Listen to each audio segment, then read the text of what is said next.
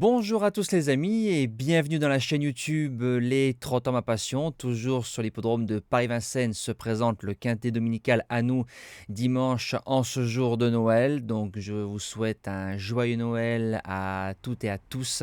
Profitez bien de ce gros week-end en famille ou entre amis comme vous pouvez. On va retrouver tout de suite les résultats de la journée de jeudi. Donc le 6 non partant, prono qui se décale, le 8 est rentré en 8e place, mais je n'ai pas le deuxième, donc pas de quintet désordre. Course par course, un petit peu plus compliqué que celui du début de semaine à Cabourg, mais on rentre le cheval du jour qui s'impose, le repéré numéro 1 placé. Par contre, le repéré numéro 2 et le jeu bonus finissent tous les deux quatrième.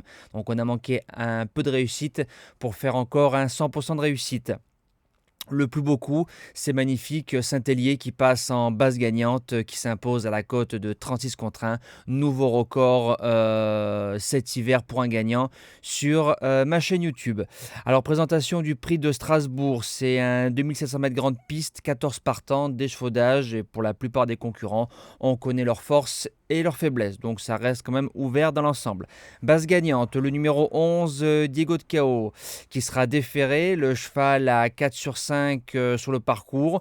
Quand on prend sa musique, c'est deuxième distancé, quatrième, premier, cinquième. Théo Duval d'Estaing qui est à la drive, c'est un bon cheval, suiveur, courageux. Au mois de mai, il gagnait sur ce parcours-là en battant un certain Gently de Mus qui a remporté facilement la finale du Grand National du Trot Paris Turf sur l'hippodrome de Vincennes. Avec un bon parcours, je pense qu'il peut faire le lauréat de cette course-là. L'opposition viendra du numéro 3, Émeraude de B, jument de classe qui a passé un palier cet hiver. Elle vient de faire deuxième du redoutable Gently de Mus, qui est pour moi une très belle ligne pour ce genre de chevaux qui l'ont affronté. Franck Nivard qui est à la drive, déféré des 4. La jument ne doit pas sortir des 3. Premier outsider, le numéro 13, Doux Parfum. Johan en tire le meilleur, Johan en tire la quintessence, Johan tire du train de n'importe quel chevaux dans un parcours. Il s'est imposé en 12,5 devant Méchant comme un grand sur un parcours de 2850 mètres. Donc ça lui fait un chrono de 12 devant. Le lot, il est meilleur. S'il nous refait la valeur de la dernière fois, le cheval ne sortira pas du quintet. Deuxième outsider, la plus riche, le numéro 14, Élite de Giel. La fille de Niki est pétrie de classe. Par contre, il lui faut le bon parcours. Il y aura sûrement du rythme dans cette course-là, donc ça va l'avantager. François Lagadec, qui la connaît bien. En venant sur les autres, je pense qu'elle a sa place au moins dans les 5. Elle a fait 4e du Montignac-Charente et 3e du Jean Boyero. Elle battait ce jour-là Copsy, qui a gagné le gros quintet dimanche, le jour de la finale de la Coupe du Monde. En 5e position, le 5, Eddie Dupomereux. Alors, on a trouvé les bons boutons. Enfin, il devient régulier. Sa forme est sûre. C'est un bon petit cheval. Il a un bon petit moteur. 4e du GNT de Rouen. 3e de la finale du GNT à Vincennes. Il vient de s'imposer facilement à Cannes-sur-Mer. David Beckert, qui lui est de nouveau associé sur Vincennes, comme ça a été le cas pour la finale. Tous les feux sont au vert. J'y crois beaucoup.